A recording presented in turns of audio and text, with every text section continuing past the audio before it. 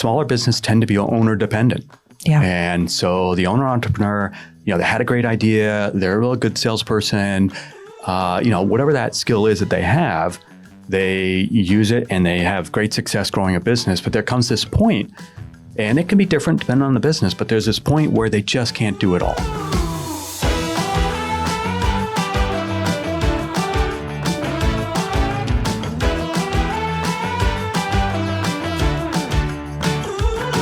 Our guest today is someone who has flown missions over the ocean and scaled e-commerce brands from the ground up. Jim Barlett is an area president of Focus CFO, where he helps founders move on from reactive to strategic using forward-thinking financial systems. Jim, thank you for coming on the podcast today. Oh, thank you, Chrissy. I'm glad to be here.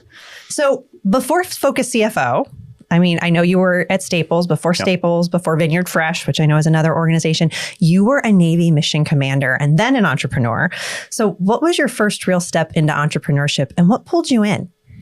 So this is back in 2004, and I had done the military thing for a while and then the corporate thing for a while. And when my fourth child was born,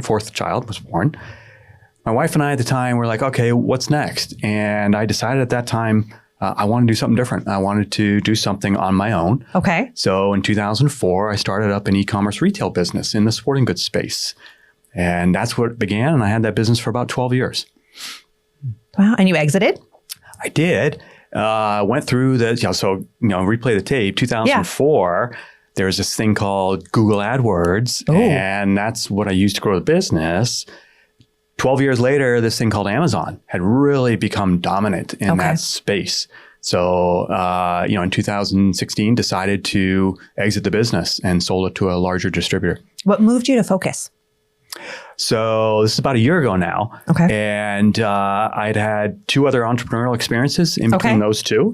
And the last one was this Vineyard Fresh that you had mentioned. And that's a whole separate story. We can go down that road. But I decided to, with my partner and I, to shut that down. And I was like, okay, well, I've done the military thing, I've done the corporate thing, I've done entrepreneurial thing. Like, what's next for me? Yes. And, I'm at a point in my life, got some gray hair, right? And I was like, I don't know if I want to go back to the entrepreneurial. I feel like that chapter of my life is closed. And I thought about, well, how can I help entrepreneurs? Because I love stories about small businesses and what they do. And I ended up having this conversation with a gentleman in Columbus named Brad Martin. Okay. Brad's the founder of Focus CFO.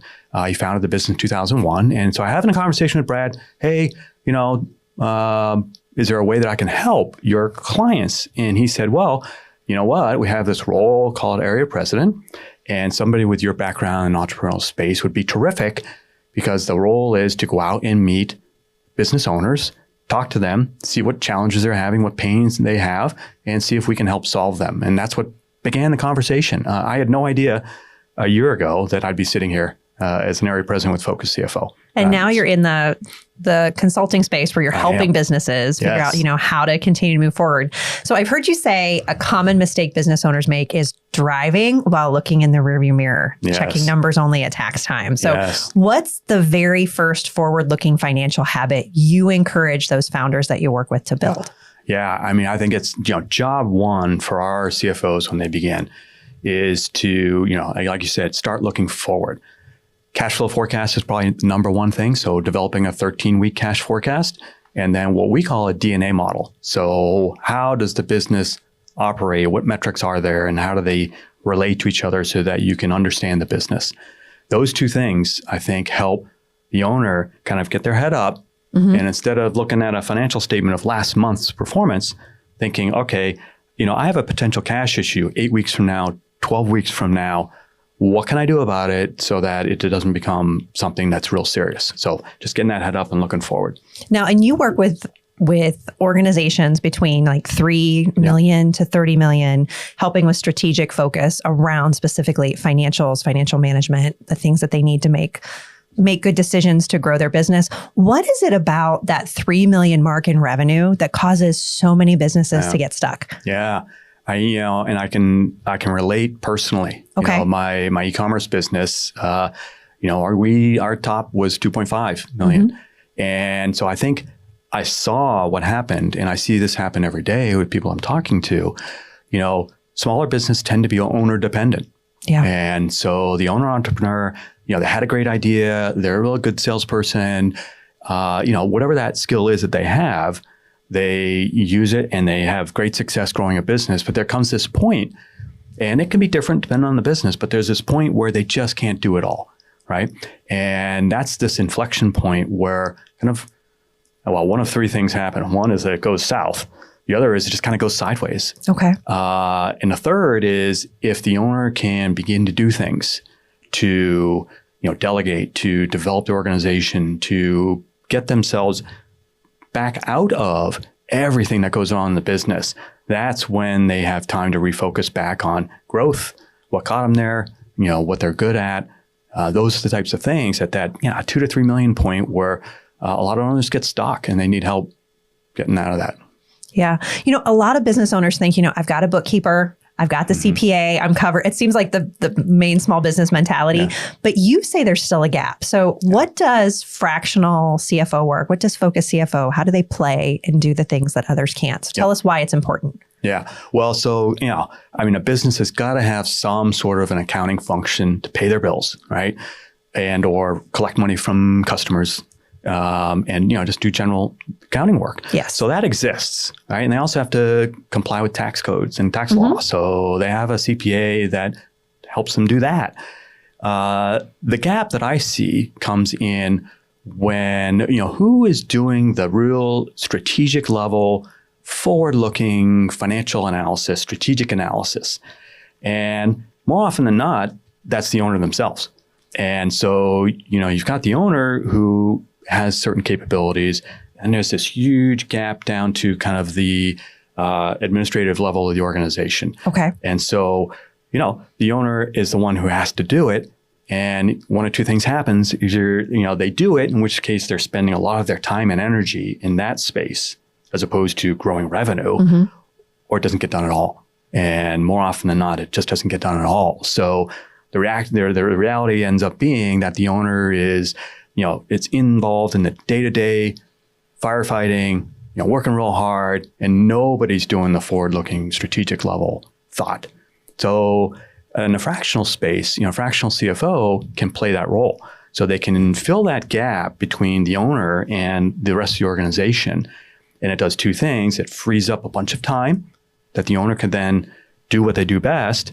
And in some cases where that work isn't being done at all, now all of a sudden there is work being done in a real thoughtful and strategic way, and that allows the business to go forward.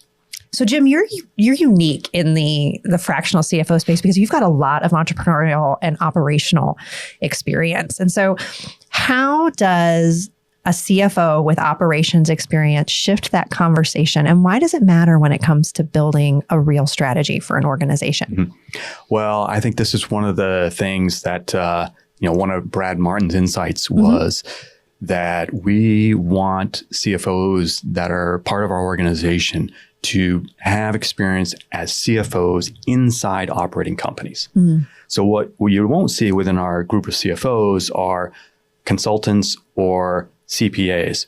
What they are they're operating company CFOs. So they have 10, 20, 30 years of experience inside the business dealing with these things, whether it's the shop floor or a service business. And we look for that. And that's part of our core values is we look for CFOs that can talk to the board and create a board presentation, but then later that afternoon be walking on the floor and talking nuts and bolts and boxes with the folks on the floor. So that's just it's a crucial part of what we offer. Nice. Let's talk about cash flow crunch. So I know as an entrepreneur, there have been times where I've experienced cash flow crunch. I don't know if you as an entrepreneur have ever experienced that either. But it happens. And, yes. Growing revenue doesn't always mean having cash in the bank. So how do you teach founders, how do you teach business leaders to manage that gap so they can grow and hopefully sleep at night? Yeah.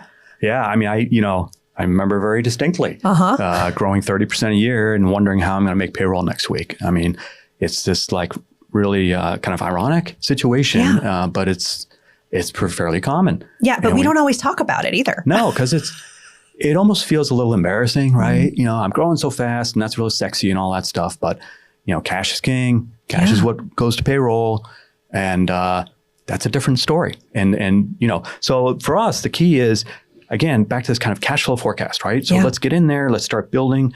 And a lot of times this just simply does not exist.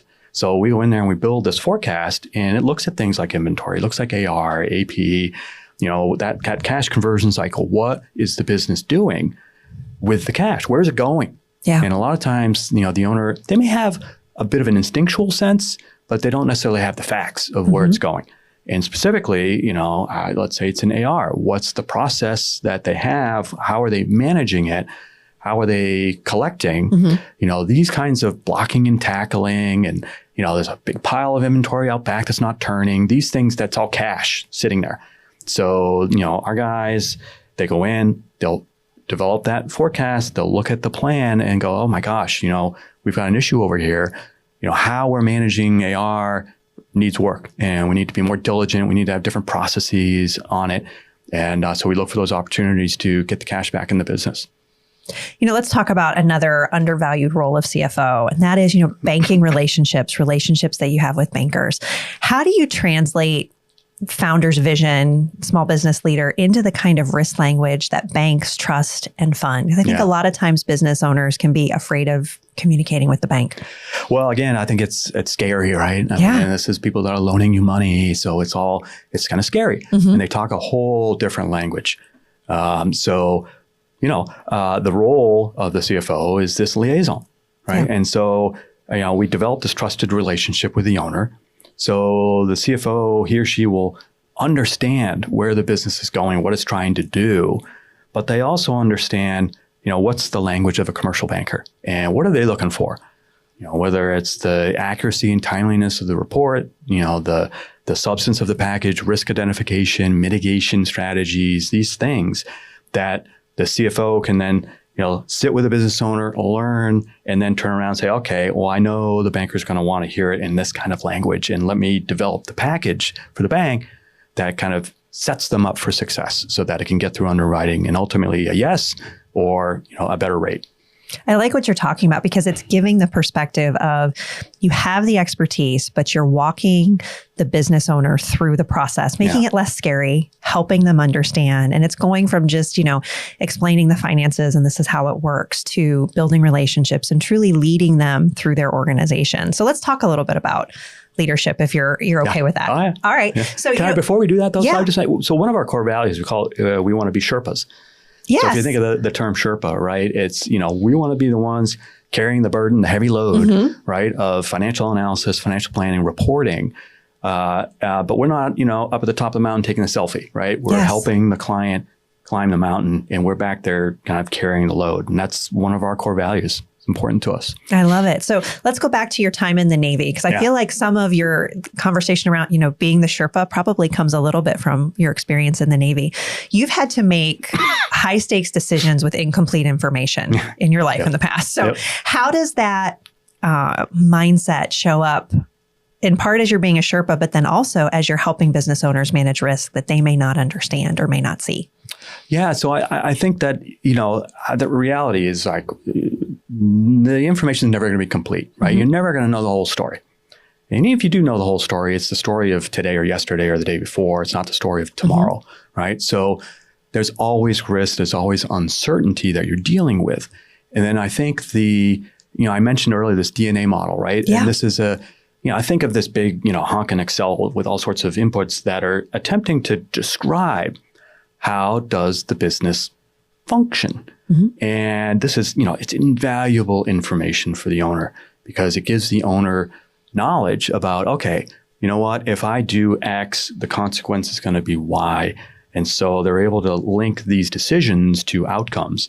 And that helps, yes, okay, I may not be able to predict interest rates 6 months into the future, but I know that if they do this, here's a result that's going to be, my cash position. And if they do that, it's going to be a different cash position. Well, what can I do in the next month, next 2 months to prepare for that? Yeah. Yeah. So you've taken some big swings in different things that you've done within your career from, action sports gear. You did some wine preservation systems.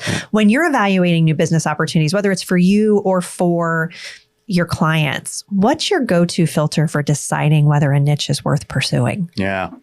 So part of this is a little mea culpa on my part, right? So, I think I had 3 entrepreneurial journeys. One of them was pretty successful, one was meh, and one was not successful. And the last one was not particularly successful. And I think, when I look back on it, I was like, oh, what happened? What didn't I do?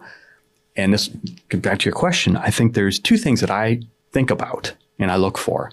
And one is the entrepreneur self-aware, right? Because if they're not self-aware, that's a problem. So do they have good self-awareness? And somewhat related, can they be brutally honest with themselves? That's hard. And I think back to my experience, it didn't go so well. The signs were there. I was not honest with myself. And so I said, I can deny all the signs, keep working this thing. And finally, after a couple of years, you just can't deny it anymore. So when I look at, whether it's a client or even kind of with myself, what do I look for? Are you aware of what your strengths are and what your blind spots are? And can you be really honest with yourself? And sometimes that may not be, I just got to look in the mirror and be honest with myself. You may reach out to a trusted advisor, ask them for perspective, and they come back and say, hey, Jim, this isn't such a good idea. You got to be willing to listen to that, right? Yeah. And say, okay, something's not right here. Somebody's telling me this may not be a great idea, and I need to listen to that. Yeah. We talk about that at Clarity when we're talking about, when we vet HR clients, we want them to be coachable and open to change. And as business owners, sometimes it's hard. Oh, It can be really hard. Really? Because I am the person that handles all the things. You're going to tell me I have to be coachable. And sometimes it's really hard to look in the mirror and admit that you're doing it wrong. And kind of, you've earned a little bit of that, right? Because, obviously you're owning a successful business. So that comes with a lot of credibility. Yeah. Right. And your own kind of, hey, look, my instincts were good here. But I have somebody else tell you that, something's not right. Yeah. It takes a lot to, step back and say, you know what, I need to rethink this. Yeah. So, a lot of business owners, they know they need more strategic help, but they don't always want to admit it. So they hesitate. What would you say to a business leader that thinks they're not big enough or ready for some of that strategic help, especially as it relates to a CFO? What do you tell them when they're like, I'm not big enough, I don't need a CFO? Yeah. Well, so, as part of our initial conversations, right, it's really heavy into kind of qualifying, right? And you mentioned earlier, one of your qualifications is coachability. Same, right? Yeah. And so part of my challenge is, all right, I'm hearing this from a prospective client, right? And part of it is, are they just struggling with it? Are they just not quite sure? Or are they like belligerent with it? And, if they're not coachable, then, we just have to walk away. But if I get a sense that, they're just kind of struggling with whether this is the right thing to do or not, then we can have a conversation. And that conversation can span from, legitimately you may be too small. Like if it's, if it's a $500,000 business and, we're not for everybody, right? So we're an expensive resource. Even on a fractional basis, sometimes it just doesn't, the economics don't make sense. Okay. But if we're in this kind of $2 to $3 million range and I think I'm a little bit too small, it's just a great opportunity for us to have this conversation of what is a fractional model? What does that mean? How do you get access to this resource? And, I'm sure to your business, we can flex up and flex down. Yes. Depending on the circumstance, right? Sometimes you don't need somebody. Typically our most common engagement is 1 day a week. Okay. That's what, the vast majority of our engagement. Sometimes they don't need that much. So maybe it's a half day a week or 2 days a month. And sometimes maybe even 1 day a month.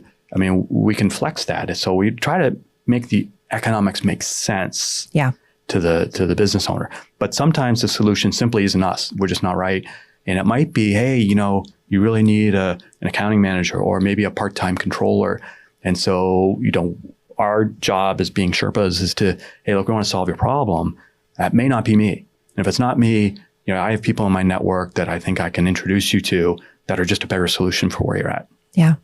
I love that because I think especially as, as consultants and advisors, and I love how you put it as Sherpas, it's really important to have, strength of network, being able to, connect a business owner to the right resource, Yeah. and knowing that we're not always going to be the right fit. And sometimes that's because it's budget, sometimes it's personality, and that's okay, because I don't think anybody wants to be a hostage in an engagement in dealing with a situation. So we want to be able to work together and provide value. Yeah. Well, and I think it just makes sense, right? We're not in the contract CFO business where we're looking for two-month engagements. We want to be an embedded, trusted advisor for years. And so you have to go into it for the right reasons. Yeah. And if I try to oversell or I make promises that aren't realistic, 2 months down the road, 3 months down the road, the business owner's going to look at us and go, well, what am I paying you for? Yes. Right. And I don't want to be there, and I don't want to put a CFO there, and I don't want the business owner to do that. So you just have to be, honest. No. And I think it is a mistake that often, if we don't educate well in the fractional space, but also if the business owner doesn't understand, like, our goal is to be within the organization and stay for a while. Yes. We're not there for like 90 days and then we exit. It's, the expectation is that we're in your accountability chart or we're in your org chart, and we're a value and extension of your leadership team. We're a part of your leadership team, similar to what you're doing. I mean, I think that's something that is often undervalued in fractional expertise, is that, while we may be there for only a short period of time during the week, we're really there to carry a lot more weight and have value of expertise and continue to be with the organization while they grow. Because that's the goal, is that we're here to help you grow too. And that trusted advisor language is spot on, right? Because that's our goal. We want to be trusted advisor. And obviously in the HR space, you're dealing with, highly confidential stuff. In the financial space, we're dealing with highly confidential stuff. Yes. I mean, these aren't, they're not parts of the business that people take lightly. No. And so you have to earn that trust. And, it takes time. We don't expect to go in on day one and to have really hard conversations about why certain things are hitting the P&L. No, you've got to learn for a few minutes. You got to understand, what's the owner's communication style? What are they sensitive to? What's important to them? Can we build that trust over a period of months? Yes. Then this wonderful thing happens, right? Is that all of a sudden the owner is like, all right, where's Jim? I've got an issue. I need a conversation. Where's Jim? And, that's a great situation to be in. And that's where we want to be, right? And you're absolutely right. We may only be in there on Wednesdays, but we have this relationship with the owner that's built on that trust. And one of the things I love about the fractional space is, we're embedded in the client. We want them to succeed. But there's just enough emotional separation. Yes. That you can speak truth. Yes. Right? And so, although we work for the owner, we kind of don't work for the owner, right? And so we understand that our job is to speak truth, and we have enough of that emotional distance to speak truth. And it's really a cool space to be in, because, our CFOs just love it, because they can have really, really tough conversations with the owner. That, if you reported to them and they were doing your performance review and, you had to worry about your merit increase, just might not quite be as honest, You're exactly right. or open about it. So it's a really cool space to be in. We talk about that too in the HR space, and that, we're here for the organization. We're not always here. We want to keep our job, but our job is also to make the hard calls and to give the information that sometimes isn't going to be warm and fuzzy. Like, there may be times where we have to look at an organization owner and say, you are the problem in your culture. And if you want people to stay, these are the things we need you to do. And similar to you, I mean, often a general W-2 employee is going to be fearful of their job. And that's why we're here for you. We want to keep you as a client, but we also know that we don't need you as a client to be able to feed our families, because we have other clients that we work with. So there's solid integrity in really how we do our work, and we can move the business forward, or say, these are the things that we think will really help you move your business forward. You get to choose, but we get to we get to be a little more brave in some of our decision making in our conversations. That's another, I agree with you. It's why I love fractional. And I don't know I'm sure you've had these circumstances, right, where it's like this moment of truth. Right? You've got a real heavy decision and you present it to the owner and you're not sure which way it's going to go. And, you hope you've built enough credibility and trust to influence them. Yes. But sometimes that's the first moment you realize, I thought they were coachable, but maybe they're not. Maybe they're not. And they're not willing to change. Yeah. And that's okay.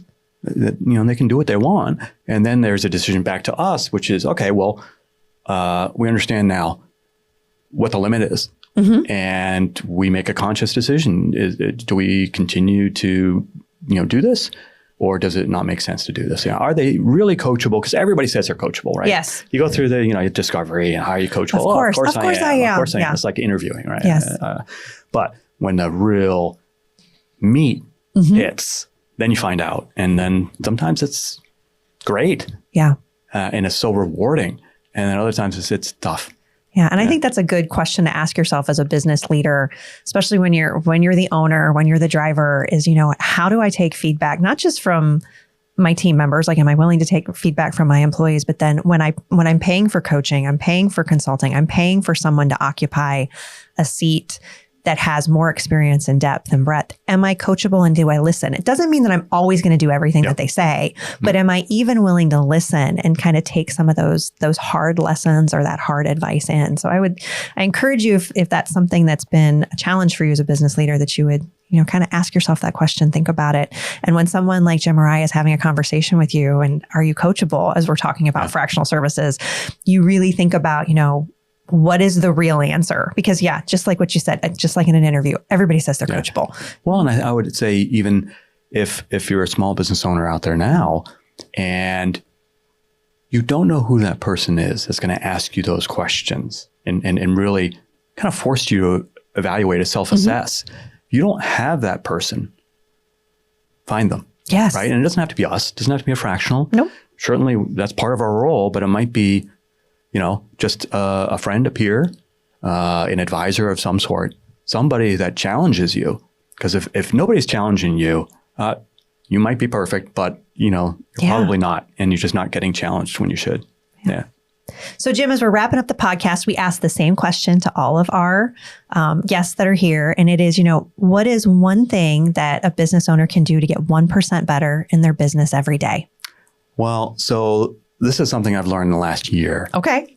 And I was challenged. We use Sandler for our sales coaching methods. And one of his challenges was put on your calendar, because I'm a slave to my calendar, right? Put on your calendar every day, block out time to, in our case, cold call, or email or whatever, LinkedIn. Put it on your calendar. And to me, that's been, I think, a significant behavioral change for me. Because typically I'm like, I'll get to it. And you don't, no. Right? It's Friday afternoon and you're like, I'm tired. I want a glass of wine. So literally every day on my calendar, I have a 30-minute block, and I flex that block if I need to, but it's in front of me every day. That alone has helped me commit to it. So it's just a small behavioral tool that keeps me, on task. Yeah. How can people connect with you, Jim? Well, great. LinkedIn. Okay. So Jim Barlett at Focus CFO. You can also go to focuscfo.com, and I have my own personalized landing page if you want to go see my background. Or email me at j.bartlett@focuscfo.com. Jim, thank you for your time today. Thank you for sharing what Focus CFO does and the role that a fractional advisor can have in a business. Thank you for your time. Thank you for having me. I enjoyed it.